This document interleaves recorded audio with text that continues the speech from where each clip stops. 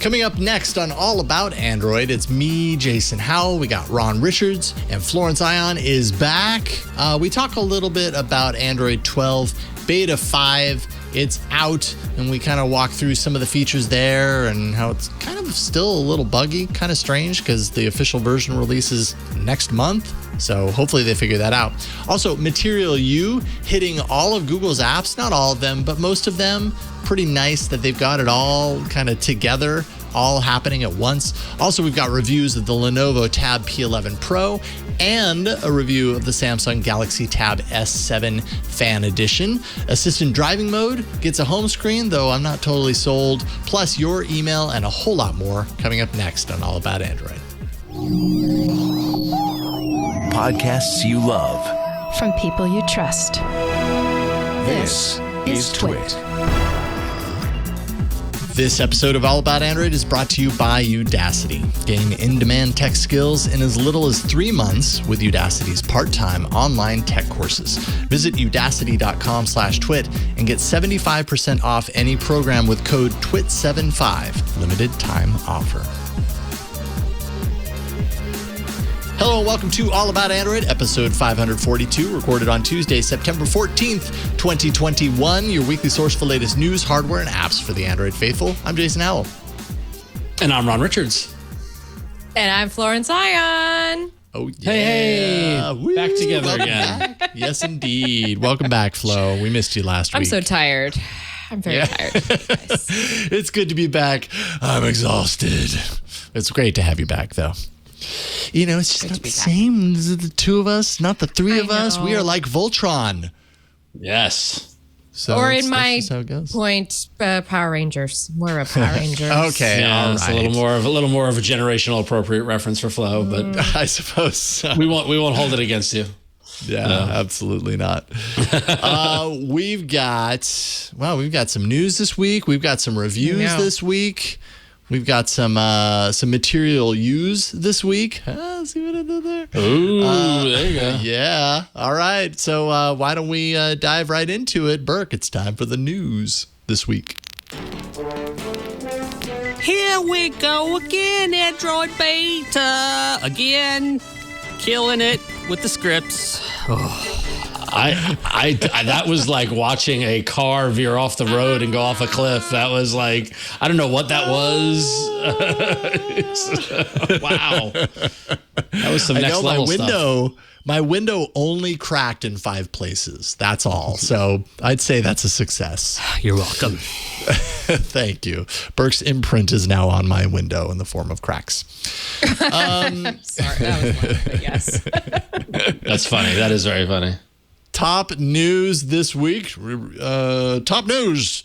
Android 12 Beta 5. Actually, it's not even top news this week. It's top news last week because literally it happened probably like 12 hours after last week's show, as is sometimes the case. Sometimes Google's on the script and they're in with us. We try to sync up. If they don't come to the meeting, then we can't tell them what the schedule is. So it's like part of it, like with vacations and everything that's been going on, and summer winds down. Like we need to be in sync. Google, come on. Apparently they're busy with Android 12 and with Pixel 6 and who knows what else, making fun of Apple, I'm sure. We probably won't escape this show without at least at some point talking a little bit about Apple, but we promise not to dwell. But we're not going to do that right now. Yeah, it's kind of you know what? Here. I'll be honest with you. Before, let's take a quick detour and let's address the elephant in the room. Today was Apple's, kind of whatever periodic phone announcement thing. I remember there was a time when all the world stopped to see what was going on, and then I would get inundated with people talking about it and stuff like that. I can't tell you what they announced. I assume there's an iPhone 13. No one in my circle talked about it or said, hey, did you see that or anything like that? Like it's been 14 years or so since this like show has been going on and trying to recreate the magic that Steve Jobs did with the Apple keynote. Maybe it's time for a new paradigm. That's my thought. This is not all about Apple, but I have to say they did a whole love letter to California in their event today, which listen, California bred and born, like, can you blame me? They were like flying to the beach and through San Francisco. Well, I'm sure that's really how you woo the rest of the country. Yeah. What everybody loves about California is how much they love it Yeah, themselves. especially right now. Yeah, especially right now. You're right. I'm being very, very bubble centric right now. Yeah. But back to our I'm bubble, just- the Android bubble. I'm just saying. I remember a point in time when this like it dominated everything, and it didn't even hit any of my feeds or anything like that. So. I mean, I kind of feel bad year after year when the Apple event happens because, like, Apple is absolutely not my beat, right? Like, I'm the Google Android guy at Twit. But at the same time, like, I feel a bit of an obligation to at least know something about the hardware. But I did literally zero work paying any attention to Apple today. Well, I just Googled it right now. And so shockingly, they announced a new iPad and iPad mini, a new Apple Watch Series 7, iPhone 13, iPhone 13 mini, iPhone 13, iPhone 13 Pro Max. It's the exact same thing they've announced the last 6 years. Yeah. Like, give me something new, right? Just the next. Yeah. They did. I mean, they gave you something new. What? New products. They New gave you products. products, yeah. Give me a new product line. Give me a new. You want innovation. Something else. Yes, I want You innovation. want them to give you a port, like maybe a headphone port or something. Yeah, that one. Yeah, stay tuned for that. That's what they call a tease. So We've decided to bring you something compelling and new. Let's stop complaining about Apple. Okay. Let's All right. let's talk about All right. Android. So. All right, let's do that. Android 12 Beta 5 update happened last Wednesday. Like I said, about 12 hours after this show. Thank you very much.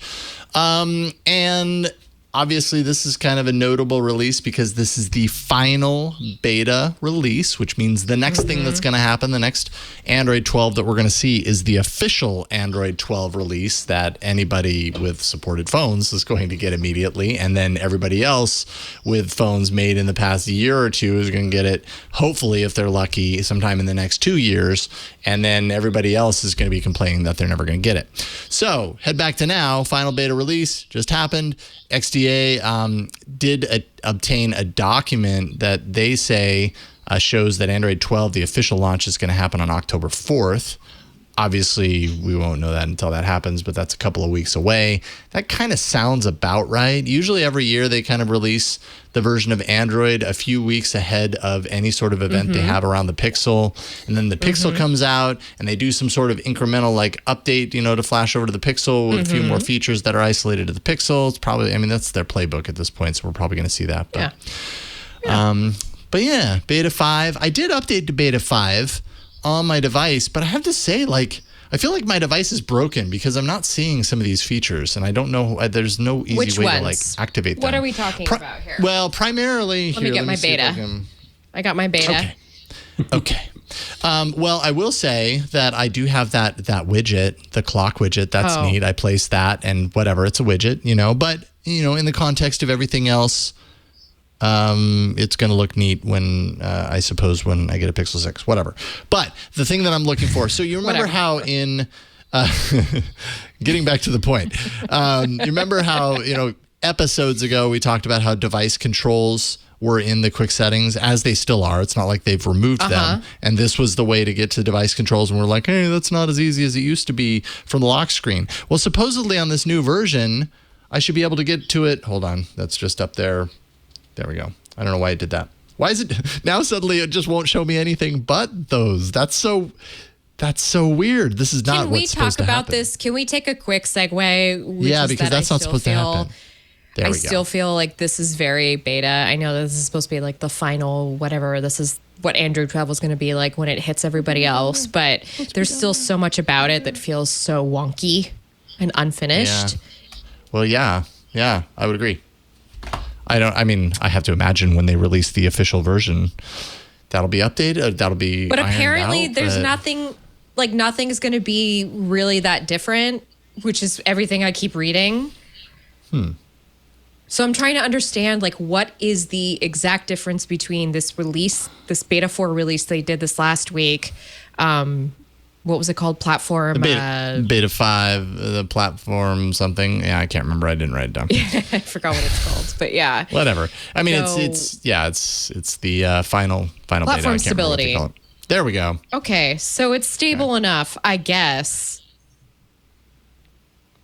I mean, so what? Yes, to your point, one of the features that's supposed to be here is there's supposed to be a little button down here. There's actually supposed to be a button here for pay and a little button down here for controls, device controls.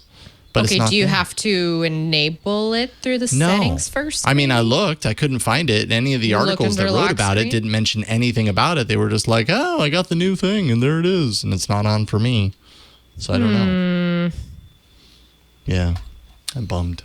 I wanted to use it from there. That makes more sense to me to have it there than it is in the quick settings. That's just why. Yep. But that's just... Okay, you have to turn it on, sir. You do? Where? None of the articles that All I right, read so- told me this, and I did a search in settings and everything. Wrong. Okay, Okay. go into lock Cool. screen, Okay, hold on here. I might as scroll, well... and then oh, you scroll got it. down. You got it. And then you'll see 2 notches for show wallet and show device controls. Why did my searching in settings not display that? Okay, so adding Oh, settings. yep, there we go. I got a little wallet symbol. You can blurrily Okay. see it in our video feed. I can't do this and talk at the same time. I will do this another time. But that's good to know. Okay, well then that's not an issue. That's thank you for busting that. I couldn't find that. Like I was searching for it for like 20 minutes. I couldn't find it. But you know what? I didn't think to look in the lock screen area, which actually makes a lot I of sense. typed now in that you lock put it. screen and it brought up like 7 different options. So it's totally Yeah. fine. All right. Well, so there's that. Some of the other features. Apparently now you can set nearby share to everyone. So it's not isolated to just that person you want to share to. Kind of opens things up, I guess, when you do that. So beware. Literally. When it's set to everyone, someone might send you something you don't want. When Pixel phones overheat, the device will actually notify you now that charging is going to be limited until that temperature gets back to normal, which I have to say, Pixel phones overcharging when you're in the car navigating somewhere is like a regular occurrence for me. It's annoying. I don't know if that happens for anyone else. I Apparently can't say I run into that. I can't say, Well, the other thing is, Jason, you know what you might want to do? Like, I got a pop socket vent mount for my phone. Oh, put it in front of the vent. Yeah. And I just put it in front of the vent now. And I got to tell you, that's helped me all summer. Every time I pick up the phone, I leave the car, the phone is nice and cool. It's like a little ice pack. Nice. I might have to look into that. It probably makes more sense for me to mount my phone in front of the vent, but I want my vent for venting me. But yes, that probably makes sense. Pixel Launcher now has a device search bar it has the search bar that's always been there, but now it's like a device search function. So it actually searches everything that's stored on the device. So that's apparently new. Part of me feels like that was still there, but maybe it worked a little differently. At a glance. So this is one of the bugs, is the at a glance widget, which is up here. They redesigned it so it kind of like is over there instead of centered. And this is the widget that's supposed to tell you the day, which it does, and like calendar information and weather, and it doesn't do that. And I mean, there's a widget that you can do for at a glance. If you go to Google, let's see here, Google, there's the at a glance widget that I could drop. And let's see here if I can, and so that would be what I'm looking for, but I can't put that up there because this thing is not removable. And then when you go in to customize it in settings, it's totally borked. Like there's nothing there. This is a known bug, but like, I don't even know what I'm looking at here. So that's a little funky. So obviously they better, fix that, but I don't know. Maybe that's nitpicking. That's the whole thing I mean, about this. Like, how much can you expect to be fixed when the official release is next? I mean, like, shouldn't this be in a pretty good spot? Now that said, why do I vaguely recall having similar conversations previous versions? Yeah, I mean, well, they're Like, betas. At the end of the day, we're the ones choosing to run beta software before it's official. So to judge these things as like, what are you doing, Google? I mean, that's kind of the point of the beta is like, oh, shoot, we missed that. Let's fix that for the next version, which But is at the the official same one that time- everybody's going to see. but Jason, we've been using these betas for a long dang time. And I don't know. I just feel like Maybe I'm being unnecessarily harsh. I don't know. Is it the kind of thing where you fix one thing and it creates another problem? You know what I mean? Cascading issue. Yeah. And I'm just wondering if it, because of this whole like design paradigm changeover and all of this new way of using the UI, it's going to, you know, I just feel like they had to do a lot of overhauling. I don't know. Yeah. We didn't get to interview them this year for Google I/O, so I didn't get any. No, behind it's the true. scenes. Super true. I don't know what happened. It's been yeah. It didn't happen this year. That's okay. We'll get him back on track. We'll make more friends of the show. In all sincerity, I had thought that the Material U makeover was going to be something a little more extreme, and it just seems to be a little more subtle than it seemed. Yeah. I'm still excited. I'm still looking for it. Yeah, of course. Forward to it. Oh, you know what I'm excited for? What's that? I'm excited to see what Samsung and OnePlus are going to do with it. Absolutely. Well, yeah, that's going to be interesting with their own kind of UI approach.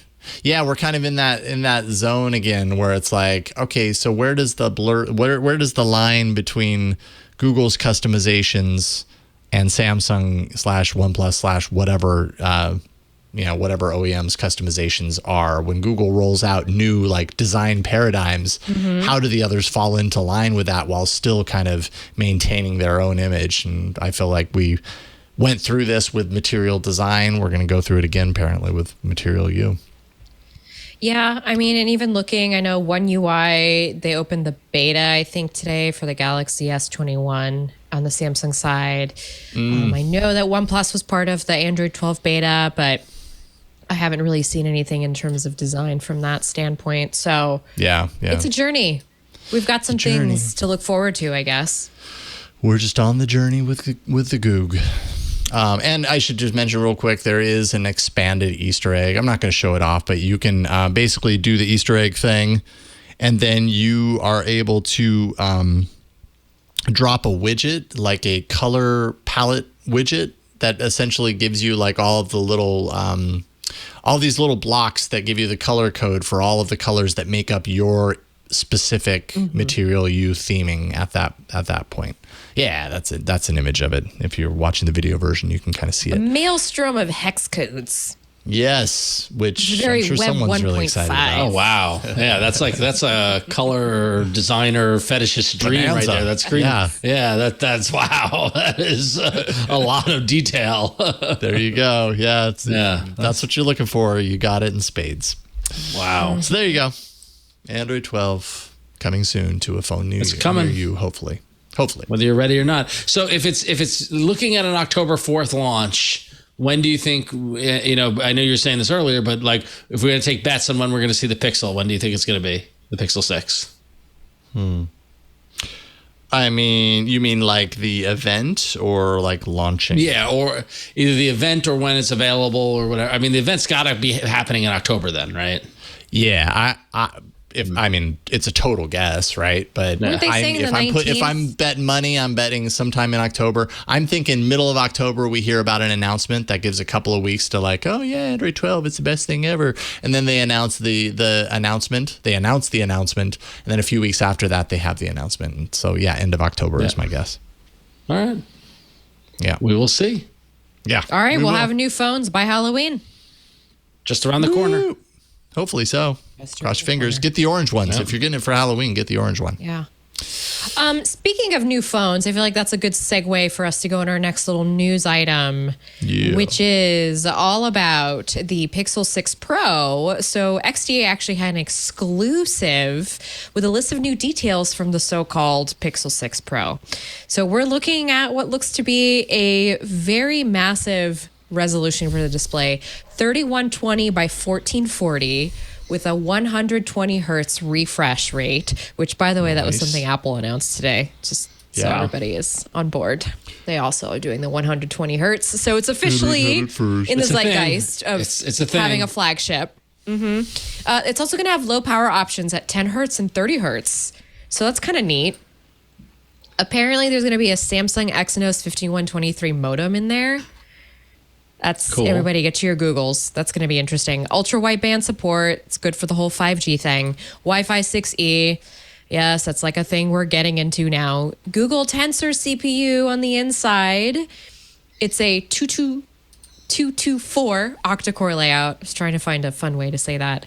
2.8 gigahertz, 2.25 gigahertz, and 1.8 gigahertz. So all those three stacks are just kind of like working together in unison.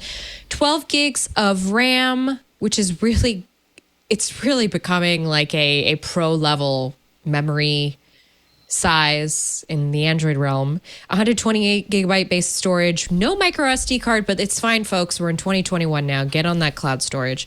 5,000 milliamp battery with wireless battery sharing. The rear cameras, that's where we're really going to see this performance. Samsung 50 megapixel, which is interesting. Sony 12 megapixel wide angle, and a Sony 48 megapixel 4X telephoto. I'm a little scared by all these new names on the spec list. I don't mean to be reductive, but I'm a little scared. There's a lot of new names on here. Like, what do you mean by that? Like Samsung, Sony, Listen, like the anytime I different see, brands? well, I know, wasn't Sony working on their on the Pixel camera the last couple of years? So I guess I'm not so scared of that. It's more, I don't know. Anytime I see Samsung, I think of their processing, what they do to camera, what they do to photos in post-processing. Yeah. Took me a while to get there. Camera software will also have a baby mode, by the way.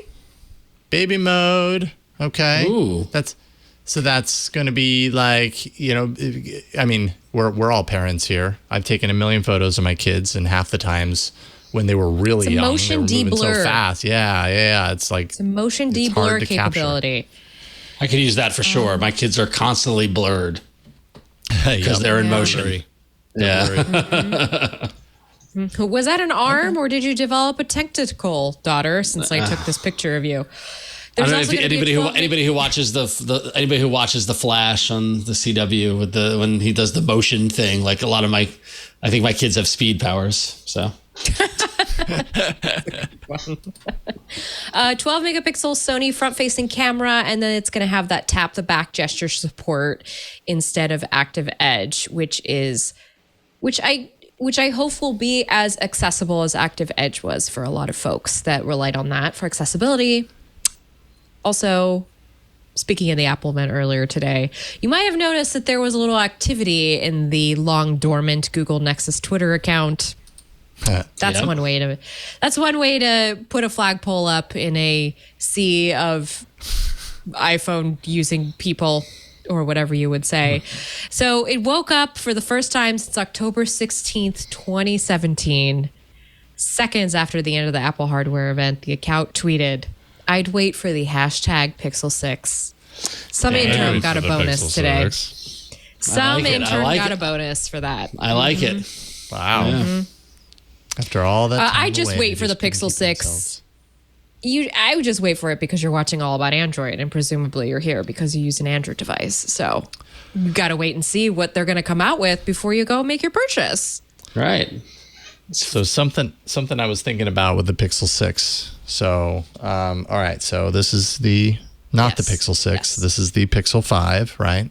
Running Android 12 beta, as I mentioned earlier, Material U and everything. Yet, even though it still very much looks like, my phone. I mean, granted, there's some Material U splashes and everything, but it's a far cry from the Pixel that we keep seeing in these promos where everything looks all widgety and different and whatever. And I'm thinking, usually when I get a device, I copy everything over and then I recreate the same home screen on all the devices and everything. And I'm wondering, should I, to get maximum effect out of the Pixel 6 and Android 12 and everything, should this be the time that I rewrite what that is?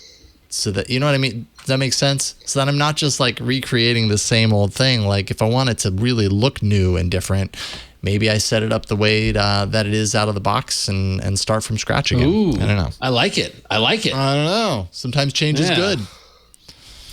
Start fresh. I mean, it's a it's a new paradigm, right? Like, maybe start fresh. I think, yeah. It's a new you with material you. Yeah. Can I say something before we move on? You can say anything. This is a podcast. Say what you want. It's true. That's true. Yeah. And that's why I'm here, is to say things. And, well, I've just been thinking about how I'm not in a rush to update to the Pixel 6, even though this is supposed to be the banner year for it. I'm not in a rush. I'm really satisfied with the OnePlus phones I've been using these last 2 years. Oh, okay. Yeah. So it's not that you're not excited about the Pixel 6 necessarily. It's just that you're so satisfied with the OnePlus devices that you have no real reason to switch.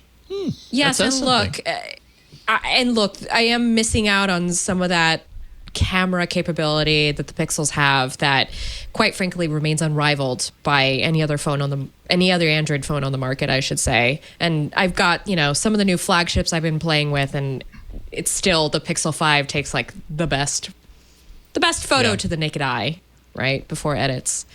Yeah. But beyond that, I like the bigger size. Like the UI is fine. I can use an icon pack with the UI, by the way, which is like a nice addition. So there's things to really like about it that I'm in no hurry to go dump the money on. Yeah. And that's the thing though, is that like we have more choice than ever.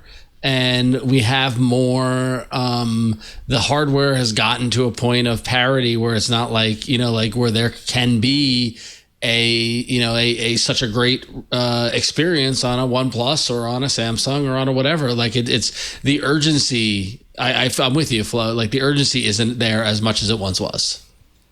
Yeah. And that goes back to my comments about Apple is that, and Jason, do you remember, I don't remember, Flo, if you were on the show, if it was before you were on the show, but we hit a malaise of all Android phones appearing to be the same. They were just the same black rectangle. I was there. I was there when that was happening. Yeah. No, I wasn't here on the show, but in the effort. But you were there, right? Yeah, you were there. But we talked about it a lot. And I don't necessarily think that that's what's happening now. I think actually right now we have an embarrassment of riches in that there are lots of options and there are lots of interesting directions that companies are taking. But at the same time, there's just a bland sameness across the entire category. So even with all the flippable phones and all the different form factors they come in, it really is like, well, how do you want to spend $1,000 today? Right. How? And hopefully that $1,000 lasts you more than a couple of years. Hopefully. More than a year. Yeah. Or a year at least, and possibly more than a couple of versions of the operating system. Because that's a good segue because we're commenting on the Microsoft Surface Duo, which came out a year ago for $1,400 and had us all kind of, various levels of interest and mystifiedness and confusion, curiosity, all that stuff. But here we are a year later and it's still running Android 10. It launched on Android 10 and it's still running Android 10. Android 12 is, on the exit ramp. It's going to be here imminently. And they never haven't even gotten Android 11. Maybe they're going to skip Android 11 completely. So you can get one now for 50% off. You can get one now for $700. And actually Microsoft is expected to announce the Duo 2 in coming weeks. And we'll see if the Duo 2 is running Android 11 or Android 12. But the curiosity of the Microsoft Surface Duo just continues, I think. It just goes to show you, like, it sucks. I would be pretty miffed if I bought this device a year ago, right as the next version of Android was releasing. It released with the previous version, which that happens all the time. Like, I get it when that happens. Right. Timing doesn't always line up. But I'd be super miffed if I bought that for $1,400 and a year later they still had not updated it to the other version. That just here's a couple of devil's advocate things though. First, what's so great about Android 11? No, I'm just doesn't matter. But I think the larger question is that what is the Microsoft Surface Duo? Is it a tablet or is it a phone? Because aside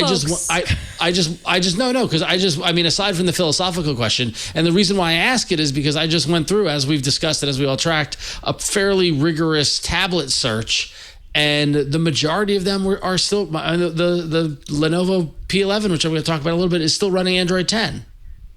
Okay. All right. So I suppose that's fair. So if Microsoft is on a track of like, this is actually more of a tablet than a phone, Android 10 makes sense because all the other tablets are on Android 10. Still, it's lame. It's a good point, though. I mean, I understand your point. It's like kind of like if that's like maybe that's more permissible for a tablet, but I still think like any hardware that you're dropping serious cash on, and it's not like this is coming from like a manufacturer that no one's heard of that isn't aware at all of the value of keeping things updated. Now, granted, the Surface Duo is getting security updates, so at least there's that. But I don't know. I think it's enough of a phone to compare it to phones. Like, yes, it's obviously it's in a gray area territory, but it's not a total tablet. Like it is also a phone. But I don't know. So that's how I feel. You guys should read the website I work for tomorrow because I actually worked out a little bit of a take. Well, for some reason, going back to the Apple event again, for some reason that iPad mini today really got me excited about the idea of an Android device that would be in that particular form factor. But then I thought about how great would it be if that form factor, if that was the Duo 2, doing what the iPad mini was showing off today. Like, what if that existed as the device if that makes sense. Anyway, apparently I wrote about it, it made a little more sense, but... Are you saying if if their next iPad mini was like a Surface Duo form factor? Like if that was the next thing, would that be exciting? It was the way Apple was showing off the iPad mini that made me think about the Duo. They had like, you have to go buy the folio so that you could prop it up this way. Oh, I see. They were like, oh, you can do FaceTime with it. It does this and that. And I was thinking in my mind, like Android does all of those things. And the perfect form factor for that and the size that would rival that iPad mini would be the Duo 2. Yeah. Except that you wouldn't just have it in that small form factor. You would also open it up and it would be like this full-blown tablet situation. Everything. I don't know. It was just all I'm trying to say is that, as with Ron's search for an Android tablet to fill that hole in his life, I'm also looking for one. And I needed something a little smaller, a little more versatile. And so I'm excited for wherever the heck the Duo 2 is going to be. And I have some, I'm hoping it'll be better than what that first gen one was. Yeah, I'm sure it'll be better. They have to stop positioning it as a phone. It does not need to be a phone. It needs to be a tablet. Yep. A tablet that also makes calls. It needs to be a tablet. Yeah, there's nothing wrong with a tablet that also makes calls because guess what? Our phones are computers that make calls. Yeah. They are no Then they are call no it a more tablet. Yeah, exactly. Anyway. They're mini tablets. Yeah, like that's what they are. Like that's what it's fascinating. I can use Google Voice or Skype on my computer and make phone calls in the same way I can use the phone app on my computer that is in the shape of a phone, which is a mini tablet. These aren't phones. They're not phones the way we know phones. Exactly. It is like the primary, we call them phones, and the primary function no one wants to do anymore. No one wants to use. No, it's true. But the thing is the phone, even though this phone that I have in my hand is nearly the size of what tablets were back in the day. I mean, this is what 6.8 inches or whatever it is. Yeah. Like that's a big screen and it's great, but there's something about the tablet that it just makes things a little easier. Whether it's panning through screens or even just like watching a video or having that conference call. So we're still missing that from the Android realm. And I think somebody needs to solve that problem instead of creating new ones. Amen. Excellent. All right. I appreciate that debate. The case is closed. I'm trying not to give away my article, so that's why I'm not like. All right, that's fair. I mean, so tune in. Go to gizmodo.com tomorrow and check out Flo's article. It's gonna be awesome. So that's right. It will be. Check that out. And while you're pondering your plan to check that out, why don't you listen to me? Because I got something to tell you about right now. This episode of All About Android is brought to you by Udacity. Udacity is just a really great way to educate yourself on all things tech. It offers a unique part-time online education program that's really geared for those of you who are looking to take your tech knowledge, take that to the next level. You get specialized, exciting content taught by people who really know what they're talking about. Udacity offers the latest cutting-edge nano-degree programs, many of which are not actually available anywhere else. So you can get AI, deep learning, educate yourself about flying cars, autonomous flight engineer, intro to self-driving cars, machine learning engineer, robotics software engineer. That one sounds pretty rad. And that's just a selection of what you can find. To create the course content, Udacity actually partners with industry leaders. So you've got Microsoft, Google, of course, IBM, AWS, Amazon, and more. They have selected the team leads of these companies and of these topics to be the instructors. So like I said, you're really learning from the people who know this stuff best. If you love learning and you're always looking, to know more new tech stuff, why not learn from the best? And Udacity has this for you. Udacity can actually help you master all the latest tech skills and techniques. Courses are project-based, which is a powerful component of this. It's active learning, covers cutting-edge technology. It lets you test your knowledge. So you get homework, you get projects. They're reviewed by qualified professionals, which essentially means you're going to have a real human providing you feedback, giving you reviews. You get access to mentors 24/7. So there's a human touch. You're not just going online and taking a faceless class and hoping that at the end of the day, just consuming it was enough. You're active. Udacity's flexible schedules actually mean that you can put in whatever time you have, 5-10 hours a week, working really at your own pace, any time of the day or night. And you can actually graduate in as little as 3 months by doing so. And it's all on your own terms.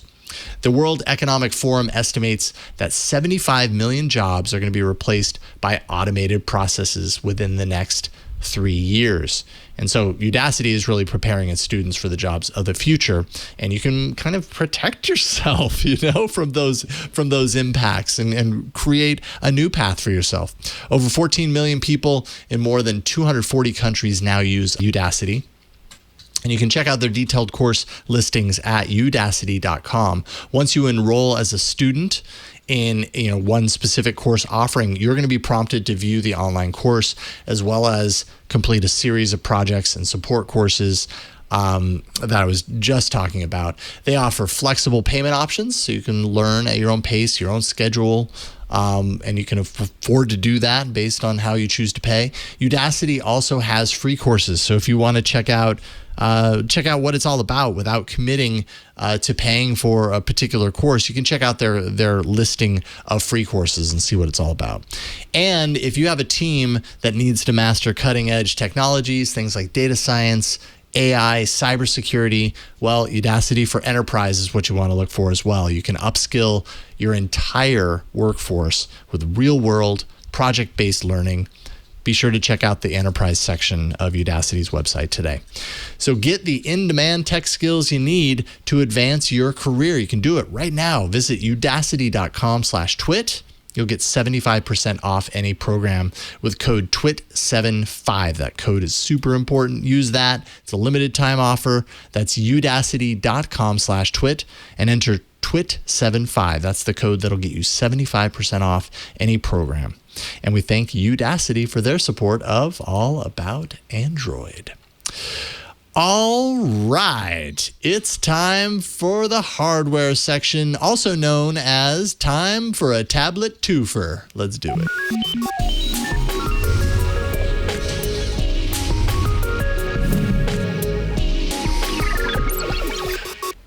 I do got to say, I love the concept of a tablet two-fer. And Tablet two-fer.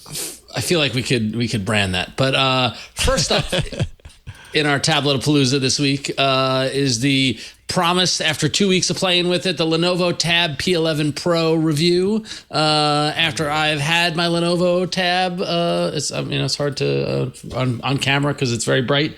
But so the Lenovo Tab P11 Pro, they recently discounted even more after I purchased. I might want to note that you can now get it for. Yeah, no, it's okay. I still got a good deal, but you can get it now for I think for less than $300. Is my theory that the new version is. I read about the Tab P12 that is coming soon. But hey, if you're looking for a great tablet, straight out of the gate, long story short, the Lenovo Tab P11 Pro, especially at the recent reduced price, is a solid option that you really should consider.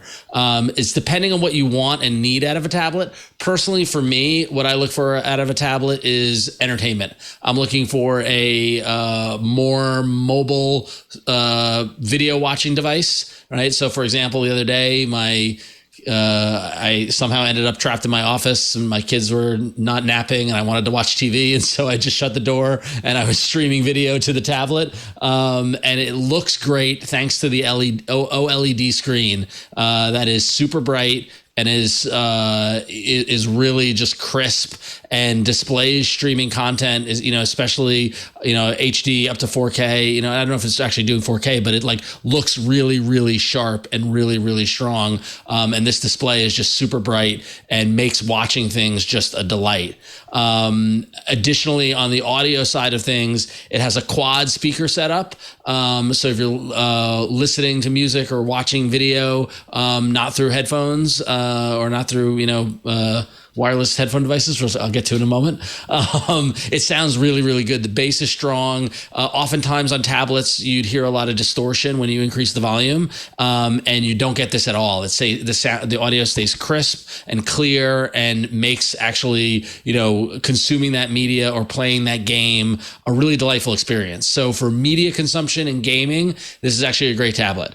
Additionally, probably my number one usage of any tablet is reading on the Kindle app or reading comics or reading things like that. Again, thanks to the bright screen and to the nice OLED display, reading is actually a really nice experience. Given the size of it, and I've got a nice little handy case, which I'm going to close on, but just for those watching the video, it's a 16:10 aspect ratio. So it's a little longer and thinner than the previous tablet I owned, which was a little more closer to a 4:3 aspect ratio. But what you end up doing is you get a solid, can hold it in one hand, like holding a book kind of experience. Now, if you have small hands, you might not be able to hold it with one hand. But either way, when you're looking at it in portrait mode, it feels like you're reading a book or like you're reading a device designed for reading or consuming stuff vertically. So really positive in that direction. From a spec standpoint, like I mentioned earlier, it's running Android 10, which I don't hold it against it. Android 10 is pretty solid as far as I'm concerned. That screen size is 11.5 inches. The resolution is 2,560 by 1,600 pixels in that OLED display. It's got a Qualcomm Snapdragon 730G processor. I got the 128 gig storage along with the 6 gigabyte or 4 gigabyte of RAM memory. You will always want to go for more memory. I know that's what we discussed when I was thinking about buying it. Flo recommended always do the more memory, get the more memory. Another great aspect of this is the battery life. This is a beast. It runs, I think I charged it fully when I got it out of the box, so I was ready to go, and I did not have to charge it again until like 2 days ago. So 2 weeks straight of mixed use without needing to charge, which is phenomenal. After doing a solid, couple of hours of using it, the battery was still hovering above 80%, which is really cool, especially with streaming media and, playing video and audio. So if I've got to give any sort of cons to this, one is going to somewhat make everyone laugh, or I don't know where you fall on this topic. There's no headphone jack. So it is embracing this wireless lifestyle. So while it has a great audio processing unit in there, if you are an audiophile and you want to plug in your really nice cans and listen to your audio, you can't. I was a little surprised by this too. Yeah. Especially considering that I have fallen on both sides of the coin on this argument. I think that I say embrace the new and get rid of the headphone jack, but yet I find myself with my old tablet plugging in more often. And when I went to go, I was like, where's the headphone jack? Oh, there isn't one. It took 30 seconds to pair my Google Pixel Buds to it, and worked fine with no problem. And I was watching video with the headphones in, no problem at all. So it's not that much of a big deal, but it was a little jarring, at least for that moment, that I ran into. But beyond that, I know I read some reviews online and saw some chatter about it. It does have a productivity mode, and there is an accessory that is a kind of a detachable keyboard, and there's an S Pen like kind of device. If you're looking for a productivity device, it's gotten a lot of criticisms here in that regard, and that it doesn't really serve that purpose really super well. Admittedly, I did not go down that route. I didn't get the keyboard. I didn't get the pen. I'm not looking into this to kind of be a device to do work on the road. I have a laptop. That's what I use for it. But as a media consumption device, as a reading device, as a games device, I'm super happy with it right now. And given the price that has dipped below $300, if you're looking for an affordable kind of solid performer, that tablet and not the latest and greatest flagship kind of device on the shelf right now, I think the Lenovo Tab P11 Pro is really worth looking at. I know the specs on the P12 are going to be sexy and it's going to be all cool and it's going to sell for $800. I don't want to spend $800 on a tablet personally, no matter what it is. It's got to be a magical device and do my taxes for me if I spend that amount of money. But I got it for a little under $400. I'm pretty sure you can get it now for a little under $300. Makes it a must buy and like a solid device for again, media consumption, playing games, reading books, reading comics, doing fun stuff like that. I don't think you can go wrong with it. So I give it 2 thumbs up. I'm super happy with the purchase. I've got my go-to tablet, at least, hopefully for the next year or two. And I'm just going to enjoy the heck out of it. And it looks beautiful. So, I'm telling you, I was sitting on this couch right back there watching a movie, and it looked sharp and crisp and bright and was really a great experience. So the Lenovo Tab P11 Pro, you can get it online. I know the Lenovo website sells it directly. That's where I purchased it from. It arrived in a couple of days. And there are coupons out there. You could probably get it for even cheaper than $300 as it looks right now. But yeah, I recommend it. So there you go. Nice. Yeah, so I'm looking around to try and find the lower price, and I'm wondering if maybe that was a limited time sale, because now, on Lenovo's site, it's not any lower than $440, and then on other sites, it's back up to that $499 kind of ish area. So I'm thinking that there was a sale there for a little bit. There must have been. Last week I saw it for under.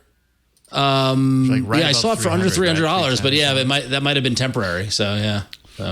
Yeah. But even then, if you can get it for, right now on the Lenovo website, it's for $439, but there are coupons out there. I got a 15% off coupon. I got that under $400. So even then at that price point, it's worth it. So. And actually, I'm going to wheel that back a little bit. I did find there is an eBay shop that is direct from Lenovo, and they're selling it there. Even though on their site they're selling it for $470 whatever, here on the eBay shop they're selling it for $285. So yeah, I just clicked on difference. that. I'm like, is that a refurbish or something? Because that's a really big price swing. But no, brand new, unused, unopened, undamaged, original packaging. There you go. Yeah, I think they're trying to move. I think they're trying to clear off inventory before the P12 comes out and starts shipping. But and they really did position it as like a productivity device. And like even here on this listing, it's like an Android tablet that helps you get things done. And talking about the keyboard and the productivity mode and stuff like that. I didn't even look at any of that stuff. I don't care about that stuff. For me, it was all about entertainment. It was all about using the things that are a nice distraction. YouTube, Netflix, Disney Plus, Amazon, like all my HBO Max, all my streaming services, got them on there. Was up and reading comics within a couple of minutes. It was fantastic. Nice. Yeah, and it's amazing because I was actually comparing it to the Asus, the previous Asus tablet I had, the ZenPad 10. And the colors are just like so much brighter and vibrant on this device. Like that OLED display, I didn't realize how nice it was and just how much of a factor that can be. And it just makes, using it that much more delightful every time I open it up. So yeah. Cool. Excellent. So that is the Lenovo Tab P11 Pro. One thing I'm wondering, that eBay page, that may have been, I wonder if that was the P11 and not the P11 Pro. That might be the reason for the price difference. Anyways, do your searching around, because I do know that the price was fluctuating on this a couple of weeks ago. It's out there. You can I get saw that it dropped even lower. So I did get one question in the chat room if the tablet has a USB-C port, and it does. That's actually what you use for charging. And to the point in the chat room, you could potentially use that port for a corded headphone that has an USB-C either dongle or kind of connector. So you could do that if you really needed a corded headphone. So there you go. Yeah, that works. Yeah. You just, usually can't charge it at the same time as you're doing something like that. But hey, sometimes you can't have everything, but you can have something. Cool. The Lenovo Tab P11 Pro. Thank you, Ron. I'm happy you're enjoying your new tablet. The tablet journey is over. Happy tablet for now. We'll see what happens when this starts. Hopefully if I can get a year or two out of this, I'll be happy. So yeah. Who knows? Maybe you'll be getting in line for the Samsung Galaxy Tab S7 Fan Edition or FE tablet. Flow. Fo. Yes. I smell a mid-range tablet because that's what this actually is. Yeah. I know it doesn't seem like it because it's a fan edition tablet, but now I would love to show you more of this tablet, but I actually have some secret stuff on my desk that I can't show you. So actually I can't pivot the camera down. So you're just going to have to imagine based on what I'm explaining. I will show you, however. Now you can go, by the way, I reviewed this tablet for gizmodo.com. You can go read. The review is up on the main page. Just scroll down a bit. But the nice thing about this tablet is this case. I tell you, it is everything. It is everything. This keyboard is really comfortable. I was able to type as fast as 108 words per minute on it, which, coming from a mechanical keyboard, I wasn't sure that I'd be able to do that, but thankfully I was with this Folio case. Let's go through some specs. So the Galaxy Tab S7 FE, that stands for Fan Edition. What Samsung does is it takes its best-selling models and kind of dials down the specs a little bit, dials down the price, and makes it a little more affordable for folks. This tablet starts at $530 for the Wi-Fi only version. I reviewed the 5G version, however, which has different innards than the Wi-Fi only version. So that's what I'm about to read next. So in addition to 5G support, this runs Android 11. It's 12.4-inch display, which is as big as you think it is. 1610 display resolution, 2560 by 1600 is the screen size.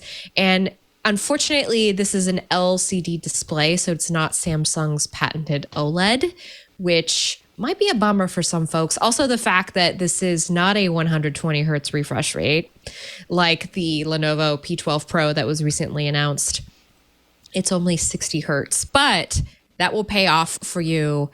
And I'll mention that in a second. Snapdragon 750G is what's powering this. It's a very decidedly mid-range processor. The benchmarks for it were pretty middling and kind of gave me cause for concern for how this would hold up over time. Again, I'll extrapolate on that in just a bit. Micro SD is available in this up to 1 terabyte. We've got an micro SD is available, which you're going to want to take advantage of because this 5G version only comes in 64 gigs. So it's pretty small, actually, when you think about it. 8 megapixel real camera, which is pretty good. 5 megapixel front camera, which I appreciate because, and this is something, by the way, that you'll see on the new iPads, which is still kind of a bummer, but what they did is they put the camera right here in the middle, which is, it's in the middle landscape mode. Usually it's in the middle portrait mode on a tablet, which is kind of not the way people would set up a tablet that they were working on. So this works better if you want a tablet for video conferencing, and the megapixels are pretty good actually. So it's actually better than what I've got with some of the Windows and Chrome OS laptops that I've tested. So that's nice. Face unlock is included on this. It's very fast. I don't even smile. It just immediately unlocks. It's got 2 stereo speakers with Dolby Atmos. They sound really good. I listened to a couple albums with it. S Pen is included in this package, which is really nice. And if you get the folio case for it, there's 2 ways to take it along with you. You can snap it via magnet on the back. Hold on, because you have to actually, it's buttoned down. So snap it on the back like that, which is really nice. Oh, okay. That looks good. Or when you open up the tablet folio case, which by the way is sold separately, there's this little magnetic, like, there we go, it works. This little magnetic shelf right here. And so when you stand the tablet up in its keyboard mode, the S Pen actually lives behind the keyboard. So it's kind of hidden away if you're not using it, which is really nice. And then you can close the folio case with the S Pen in that little, it's not doing it right now but yeah. And then you just take your tablet along like this. So very thoughtful things like that. picked out. Yeah. Couple things that I really love. The display is gorgeous, even though it's not 60 hertz. It's okay. You will only really notice it with like panning through interface and stuff like that. It's not like I'm playing games on this thing. Battery life is incredible. That's honestly the reason that you would get this, and it's helped in part by that low refresh rate. I got about 12 hours, more than 12 hours of battery out of this thing. 10,090 milliamp battery pack is inside the Galaxy Tab S7 FE. That actually, in the Gizmodo test, it outlasted a lot of the other tablets that we have on staff. So really good for that. Keyboard, as I mentioned, very comfortable. And then the coup de grace is the Dex mode. When I tell you that Dex mode is just as good as using Chrome OS, I mean, it's got a dock, it's got a hidden away app drawer, it's got windows that you can just move around the screen and minimize and maximize as you like. You will have to go into some Dex Lab mode to be able to resize any app of your choosing, but it was, for the most part, it was fine, even with the apps that it was not. And by the way, just on that note, with the Android apps, it's still like really cumbersome to try and run them on Chrome OS, even with all of the improvements that Google has made. And I have found that what Samsung has done with its Dex just works a little bit better. They figured out, and also because it's natively Android that you're running here. So it's not this emulation situation that you would have on like Chrome OS. It is an Android app. It's just being resized, which is nice. I edited photos, wrote articles, surfed the web, watched TV. I did everything on this tablet. It's like super comfortable. The only thing I didn't do was add a mouse to it. You still have to kind of get used to tapping along the screen. That's always a thing. But again, the last thing I will leave you with is the thing I don't like about this is for its price, it's a very mid-range tablet. The 5G version comes with 4 gigs of RAM, which is middling in this day and age. And I'm just, it's whatever Samsung has done on the back end seems to be fine for now, just as I use it. But I'm deathly afraid of what it will feel like 6 months from now. And I'm not sure that I'll have the experience because I may have to send back the tablet as it's just a loaner. But I really do like it other than that. And I kind of wish that I had a couple more instances where I could test this out as like a mobile writing device. The fan edition phones, like I haven't had any personal experience with the fan edition phones. Have you? And because I know that people, I've read a decent amount of reviews of some of Samsung's fan edition phones, and reviewers seem to be pretty positive on what Samsung was doing with their fan edition phones. I'm just kind of curious if those positive elements, like, is this a good translation of fan edition into the tablet world based on what we know about fan edition phones? Like, do you think Samsung's kind of taken their secret sauce and implemented it well in the tablet side here? I think this is supposed to be a affordable version of the iPad Pro, the bigger iPad. Just the idea, if you want that giant 12-inch screen, it's probably because you want to do work on it. You want to do photo editing. You want to use a stylus.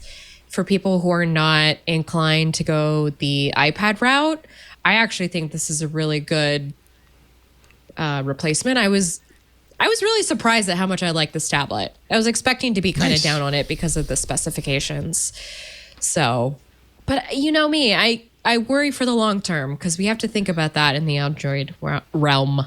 Well, but that's the thing though, is that like what I think tablets get such a bad rap lately, and I think that this is we got a sampling size of a couple of good tablets here that you set your expectations for how much you're paying and what the average lifespan is of it. But I don't think a tablet is going to be something that you're going to get 5 years of use out of. And once you have that and you accept, so. But I'm not talking 5 years. I'm talking like, will it be okay a year from now? That's honestly what I'm thinking of. That's fair. That's fair then. Mm-hmm. Just because but I think I'd like to think that Samsung knows better in 2021, and that I hope that whatever concessions they made on this tablet works. But I also, seeing what Apple did today with its tablet announcement, makes me want that kind of, God, it's just, we don't have tablets in the Android world. And so whenever somebody releases one, you can't help but feel a little dubious. Yeah. Yeah, that's true. Sure. I mean, the track record is not there. Not nearly as, those grooves in the road are not nearly as defined as they are on the Apple side. Precisely. We know that the Apple iPad is a really great tablet. Like, it just is. And I think on the Android side, we're constantly like gauging against that. And there are good tablets. It's not to say that there aren't good tablets in the Android world. It's just you want more of them. We're used to so much variety and choice on the phone side of things, which means there's a lot of good and there's a lot of bad. And we kind of want that in tablet. And sometimes it feels just so sparse and like you're picking from the only 3 that exist or something, which might not even be a real evaluation. There's probably a heck of a lot more tablets out there. It's just you don't know about them, and you don't know what the reputation is behind them necessarily. Samsung does a really great job with it, with this kind of mid-range hardware stuff. So if you're going to trust anyone in the Android world, you can probably trust Samsung when it comes to this kind of hardware compared to the unknowns. Yeah, that's true. Right. They have their A series. It is really nice, by the way, like having 5G on a tablet. Yeah, not sure. having to worry about tethering or anything. Yeah, I can understand that completely. Cool. The Galaxy Tab S7 FE for Fan Edition. Do make sure and head over to gizmodo.com and check out Flo's full review. That will sound familiar from this review, All 1,200 but also words. also has its own nuggets to Go give me the hits, all right? I need the hits. Makes me look good. There we go. Yes, please do that. Thank you, Flo. Thank you. All right. Up next, we actually have some app news, some interesting app news coming up next.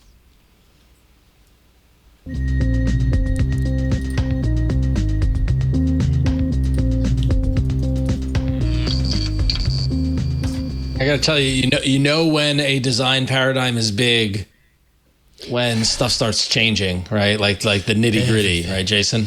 Everything is changing. But you know what? Yeah. I'm positive this time around because flashback to material design era where everything was switching over and we had material design coming on the OS. And if you remember that, like year to year and a half afterwards, it took Google so long to get all their disparate teams onto the material design train. And, eventually we kind of got there, but there was no coordinated effort. And this time it feels like there's a coordinated effort. It feels like Google has recognized, all right, Android 12 is a really big shift in our design paradigm for Android. We've got this new phone. We want everything to be amazing out of the gate, and it has to be. People expect it. And so thankfully, they're actually making it a priority to bring their apps up to date with the Material U style And so that's what we're seeing right now. We already talked about Android 12 Beta 5 at the top of the show, of course. We didn't talk about Material U updates specifically. I wanted to keep that in apps because, yes, the built-in calculator, the built-in clock, those did get Material updates here, Material U updates. And I think I can go, let's see here, clock. Yeah, I mean, it's subtle. Things are a little bit bubblier. The color, is imported from the same kind of color profile based on my, my wallpaper. So, it's kind of pulling in that blue from there. And then the calculator, it's funny, I opened up calculator before I saw this news, and I was like, why, to do like an equation? I was like, whoa, things look different. And I was like, oh yeah, that's right, Material U. So, everything's kind of starting to fall in line. This is, of course, included, right? These are apps that are included with Android 12. But that's not all that's being updated. In this last week, we also got Material U updates for Google Phone, which I'm not going to show you because I don't want to reveal all my contacts, but you can trust me. Also, Google unloaded Material U versions of Google Calendar, Drive, Docs, Gmail, Meet, Sheets, and Slides. Wow. Basically, their entire Workspace offering. And those are really, it's really subtle. They're really limited to kind of like color changing elements. I don't know if they're going to do a bigger push down the line, but it really looks like Google is kind of taking this transition much more seriously than they did the material design update years ago. And then there are widgets, and right now, like 9 to 5 Google wrote about an upcoming Google Weather widget. They were able to get it working, though, not perfectly, but, it kind of shows based on their article what that's going to look like. And, it really does seem that with Android 12, widgets is a thing again that apparently we're going to care about again. Widgets really dropped off the map for me. I'm not going to lie. So getting, used to bringing them back in, like I'm going to give it a real honest go, even though like I've got my home screen, like I was talking before, got my home screen dialed in just the way I want it. But I'm really going to kind of dedicate myself in this new transition to kind of embrace what they're going for, and that does include widgets. So, the weather widget, no frog. Sorry to disappoint you. There is no weather frog in the widget, but come on. There you go. How long do we spend? Like, seriously, like you can't Material U up that frog? Come on. I love that guy. I love that. We all do. We all do. That frog, maybe that frog will live on in the normal Google Weather, app itself, but not in the widget. And then YouTube Music's widget, Material U widget. Oh, jeez. The app we love to talk about on this show. But, that's kind of notable, I suppose, because in some of the very first Material U promotional things, remember that initial animation that, when they unveiled Android 12 and it showed everything, that was one of the things that people saw on the home screen. They were like, ooh, and it had the record spinning with the art inside of it. Now we're getting via a 9 to 5 Google APK Insight, an APK teardown. We're getting some looks at like early versions of this widget. It's impossible to know from the screenshot whether the record actually does spin, but basically it's going to be a 3x3 widget at its smallest. So that's the smallest it can go, with the circle that'll have the artist artwork inside, and then 2 buttons, a play pause button and a thumbs up button, which I suppose is helpful if those are the things you want to do, but I also like to skip things. And so that's kind of a bummer that there wouldn't be more, but maybe they're going for simplicity here. Nonetheless, yeah, there we go. Those are the original images, if I remember correctly. So, so it seems like Google's kind of got its whole, everybody on all these different teams actually working together to make this happen. I think that means that they've learned some lessons from the last time, and that's a good thing to see. That's how I feel, anyways. What do you guys think? I think it's good. I'm with you in that. Like, I like the coordinated. Like, the paradigm is changing. Everybody's updating. Like, yeah. That's progress with Google. Like, I'm glad to see they've come a long way since material design rolled out. Yeah. Good. Well, we'll have to see it all together Oh, that's true. I mean, it would really, really suck if like Google's like, all right, and here it is, Android 12 with Material U. And like, you know, it launches on all the phones and like Gmail was still the old design. Like Google recognizes they can't let that happen. So it seems like they're doing what they have to do to get it all on board. But they also have a lot of apps that are not covered here. So we'll see, you know, how much those kind of, I don't know, those the apps stragglers kind of more are, on the periphery, Yeah. do as far as update schedule over time. Yeah, Keep is one of them. Burke mentioned in our chat, Keep. That has not been updated yet. And actually, I could see Keep being a really interesting Material U redesign because it's already very color blocky. And so I wonder what they're going to do with that. It'll be interesting. All right, Flo, you got the next one. All right, so this one is it's nearing the end of the show, so now we're starting to just whatever. We're starting to fly away. Yeah, just whatever. But okay, so I've been really concerned about whatever the assistant driving mode was supposed to be since I saw it originally debut at Google I/O 2019. Apparently, it's starting to officially roll out to more folks. Originally, you could get it on the Android 12 beta, which is the only way I've been able to access it currently. But apparently, according to 9to5 Google and a couple other sources, it's also rolling out to some Android 11 phones. So if this is you, this might be something you're interested in. Again, this is Android. Remember, Android Auto used to exist on the smartphone, but they're killing that app in favor of this assistant driving mode. This is going to have a new home screen, which unfortunately I haven't been able to get to surface for me. But from the images that have been circulating, it looks way easier to navigate when you're behind the wheel. It looks like it requires way few taps than it did before with the Android Auto app. There's a For You suggestion widget of sorts that includes YouTube Music and Google Podcast suggestions. Not that I use those two apps, but, you know, they're there for you.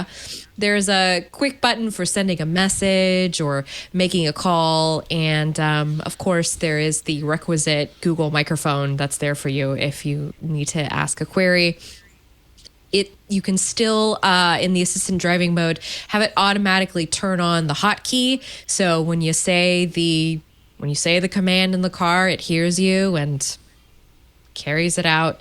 So this new assistant driving mode, it's hopefully going to bring a little peace to what has been, like, it was the standalone Android Auto app was really good, and I still have been relying on it to this day. But now that I've seen that I don't have to tap so much to get through an interface, I'm really looking forward to this assistant driving mode. Yeah, something about these screenshots bug me though. I don't know what it is. Tell me. So yeah, that is not. That's not no, it. actually not those. Well, that's down below. That's another. That's the old one that we were just showing. That was the first manifestation of the assistant driving mode, which is what they demoed at Google I/O.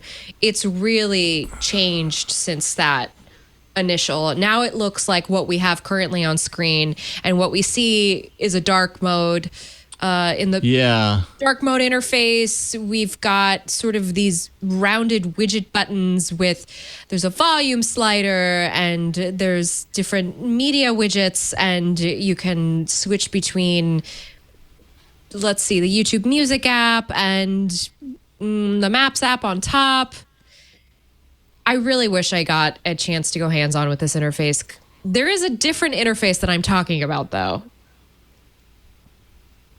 Yeah, that's the one that pops up when you're not driving. That's the one that pops up when you just turn on Maps and navigate somewhere.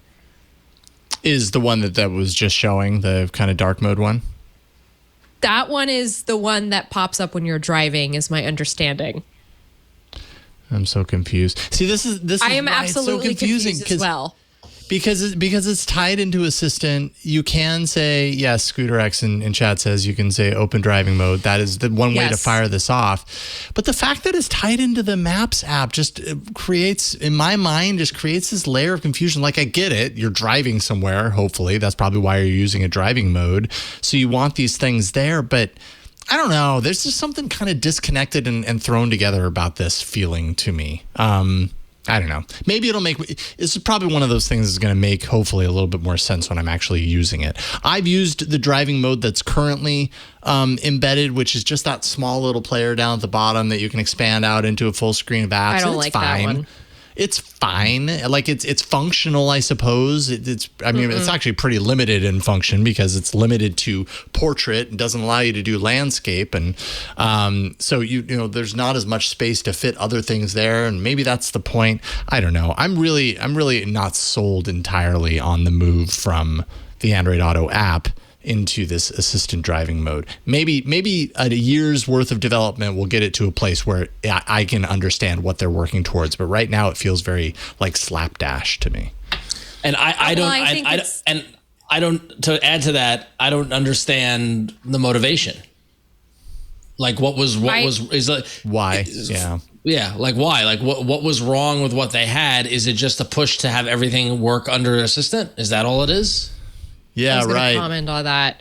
I do think it's a consolidation to have it consolidate into the Assistant. I think that's part of why they rolled it in. I think the other part is that they're doing so much with Android Auto and Android Automotive that I have a feeling they're trying to maybe siphon it a little bit just so they can focus on what is for the in-dash system and what exists solely on your phone. Yeah. Cousin of John chat says, sorry, go.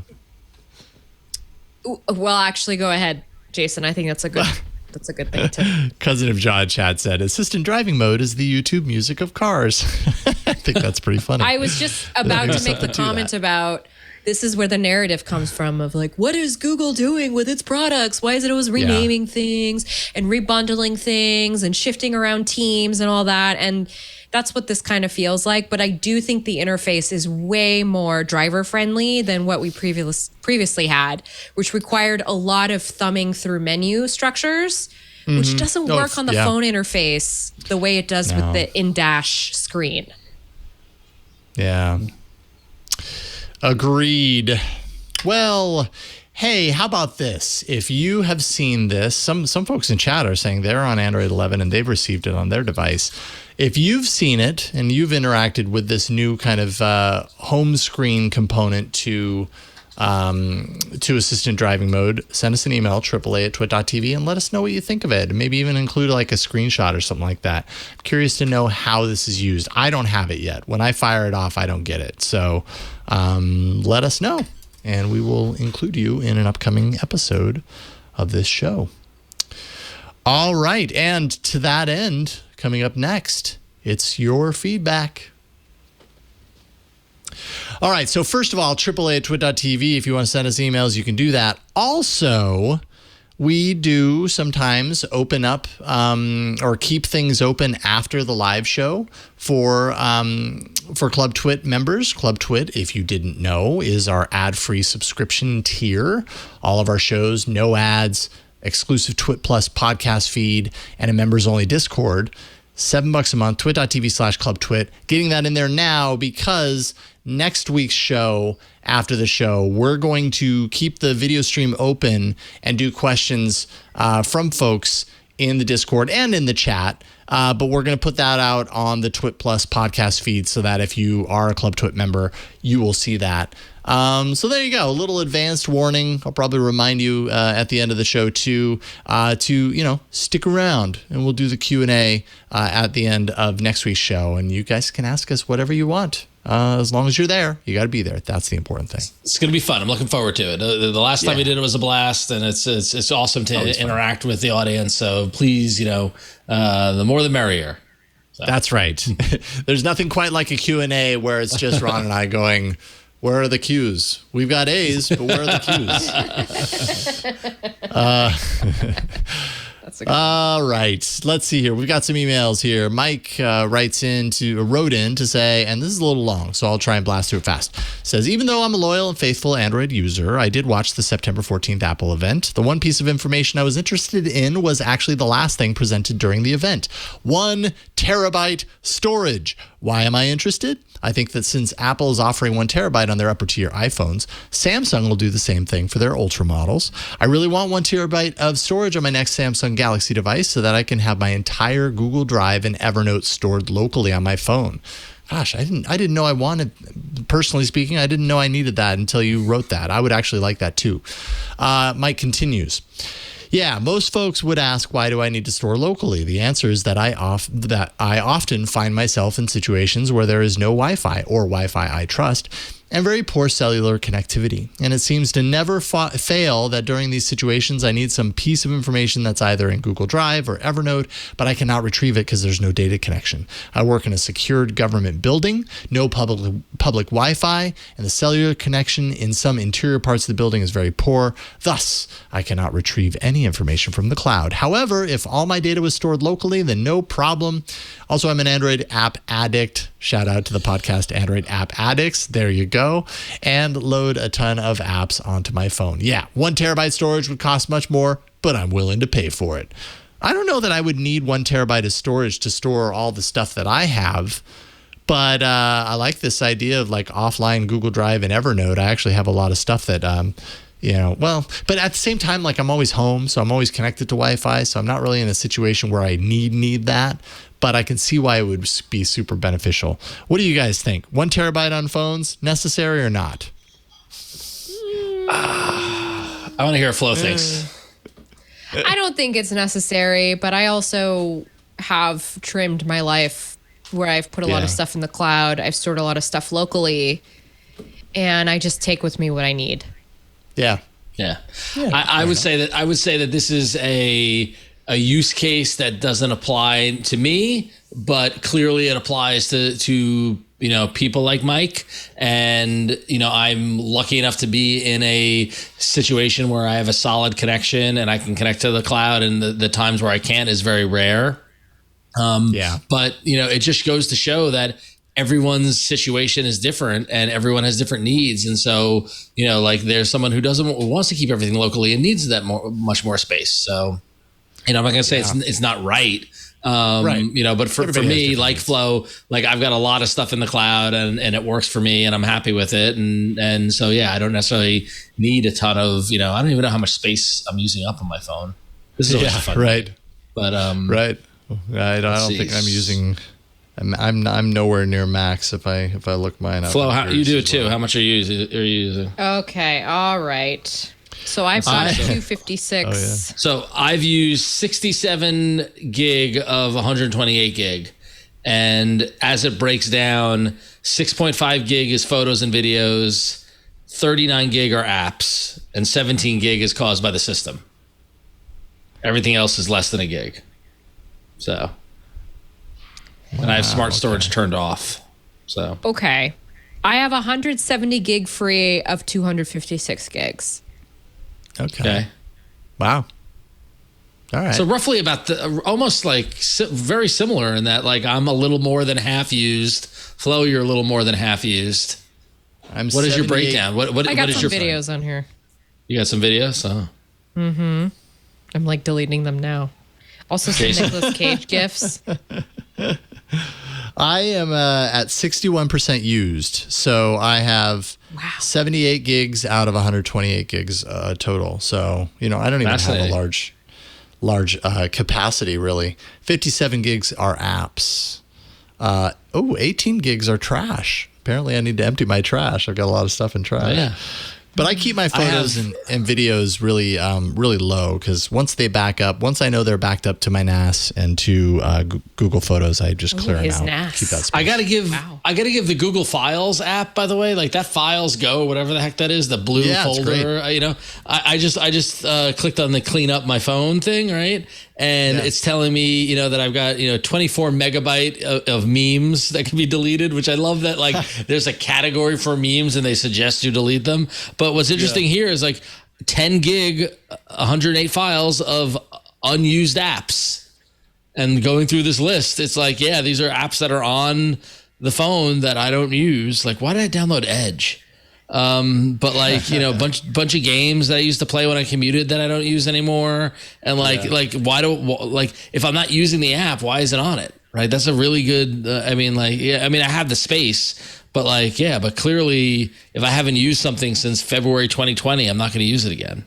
Yeah, so. Probably not. Not. A little bit of a tangent for you, Mike, but I think we all agree that, hey, if a terabyte of storage is what you need, then by golly, Mike, you go get it. You be you, Mike. You be you, and get all that space you need. All right. That's why there are options. Yeah. Up next, we have another email from another Mike, but this time coming from Steamy Dubai. And Mike, I haven't read your email yet, but I'm telling you, you're going out on a limb here. Mike says, as someone who switched to Spotify, let me give a parentheses weak defense of YouTube Music's ranking its library higher. And this is reference to our conversation about YouTube Music last week and my frustration with the fact that YouTube seems to prioritize results from within their service as opposed to my library of music that I had uploaded to Google Play Music that transferred over to YouTube Music. So just to give that context. And Mike's defense of it is, how many of you have 56K MP3s from Napster you downloaded in 1999?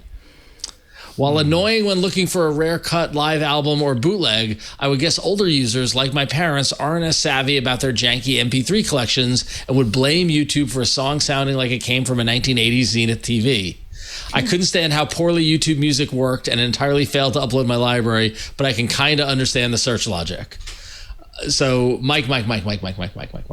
First off, if your parents aren't that savvy about their MP3 bit rates, they probably aren't that caring about how the songs sound when played on the YouTube. Like, you got to follow that logic, dude. I'm sorry. But that said, as someone who takes music very seriously, I don't have a lot of old 56K MP3s from Napster from 1999. The music that I've curated has been either direct downloads, high bit rate downloads that came with a download code with the vinyl that I bought of the band, or stuff that I bought from Bandcamp and all this sort of stuff. Like, it is not, the majority of my stuff is probably pretty, of a fair quality. And again, it going back to this, and I know we're a broken record with YouTube Music, they tried to resolve all of us Google Play Music users by allowing us access to our library, but almost as an afterthought. And in doing so, they alienated their core users. Period. Yeah. Period. So, it's just a bummer. It just continues to be a bummer. And by the way, to give a postscript, or maybe I should wait till our next email. But yeah, I can give a postscript to my dealing with Google and YouTube support. But yeah, I appreciate the weak defense, Mike, and I'm glad you admit that it's weak, but it's pretty weak. So I don't know. What do you, Jason, Flo? Do you agree, or do you think that's valid? I don't have any music from Napster. Were you old enough? Yes. I was in junior high when Napster came out. You were prime age for Napster then. Kazaa. Yeah. I don't know. I mean, maybe I have some music in there from Napster. Probably not, though. I mean, I think the majority of my library... I mean, that's the thing, though. Everybody's library is going to be different, right? But just because I don't have any music in there from Napster doesn't mean no one does. And it also doesn't mean that wasn't the logic that Google used. I kind of don't think that's the logic. Like, that doesn't strike me as the logic that Google would have used for this. I think they just kind of don't care. I think it's just a matter of like, we put the library in there. We did the thing that's going to, shut them up or something, but because if they really cared, they'd make it a better experience, and they don't. Like, they just 100%. They don't care to make that a better experience. So that's their choice. And hey, it's their product. I guess they can choose to do that. It's just a bummer that there was a better experience and now it sucks. It's unbelievable. I still can't believe it. I just can't believe it. It's so watered down and like. But yet we continue to use it. We continue to use it. Yeah. Anyways, all right, Flo, you have the honors. I've got the honors. Guess what I get to do this week? I get to read the email of the week. This one comes from Dean from Thousand Oaks, California. Dean writes in response to Ron's frustration about knowing more than the Google support agents trying to resolve issues with YouTube Music on Nest Hub, and the feeling that support has little to no contact with the product and development team, I too spent hours with Google Home support for a different issue involving casting to Nest Hub. I have multiple calls and emails over several weeks with support, and eventually they responded that I could also send feedback when the problem occurs from the Nest Hub itself. Send Nest Hub device usage and data and crash reports to Google is under Settings, Recognition and Sharing, needs to be enabled. Then you can give the voice command, OKG, send feedback from the Nest Hub directly. I can't be sure where the feedback is going, but it makes me feel good to use it because it seems like it's bypassing support and going directly to development team. Okay, so now we need to test this. Who would like to send a salacious, delicious message to wherever this is going? Oh, boy. Just some sort of like, give me a signal that you're receiving it, right? Because I'm not fully convinced that that feedback is going to the development team, the product team. I think it's also going to support. Right? Yeah, like I feel like there's an assumption here from Dean as to where it's getting to. I get that you feel like it's going that way. So the update to my issue was that YouTube got back to me saying, I tweeted at YouTube saying, hey, I spent 90 minutes in a chat with your support and came to nowhere. I go, there's a fundamental flaw in your product. And they said, oh, great, please send us some feedback. And it was a link to, the Byzantine, Google support pages, right, that they have. And basically it was a method to provide support either about YouTube or in YouTube Music. It says, open up your app and say, give feedback.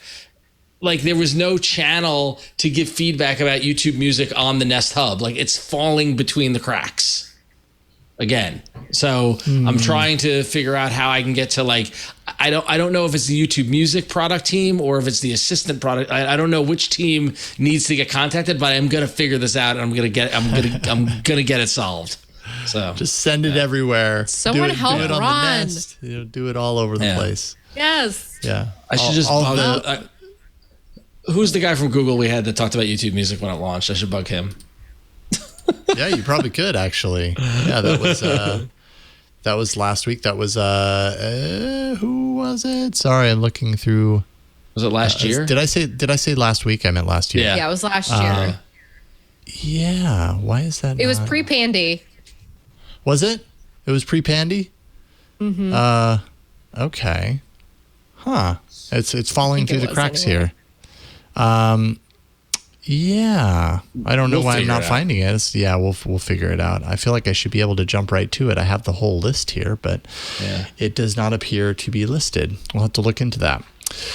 Anywho, I found it. You did? It was Brandon Belinsky. That's it. That's it. How did I overlook that? Was that in there? YouTube Music Product Manager. Yeah. I might have to. But here's the thing. How awful will his day be when he wakes up to work to an email from me about like, hey, you were on our podcast back in May 2020 and I've been crapping on your product for a year now. But listen, I've got a problem I'm hoping you can solve. It's like, oh, God. I know. We're sorry. Yeah, so that wasn't pre-Pandy. That's a term that I'm not used to saying.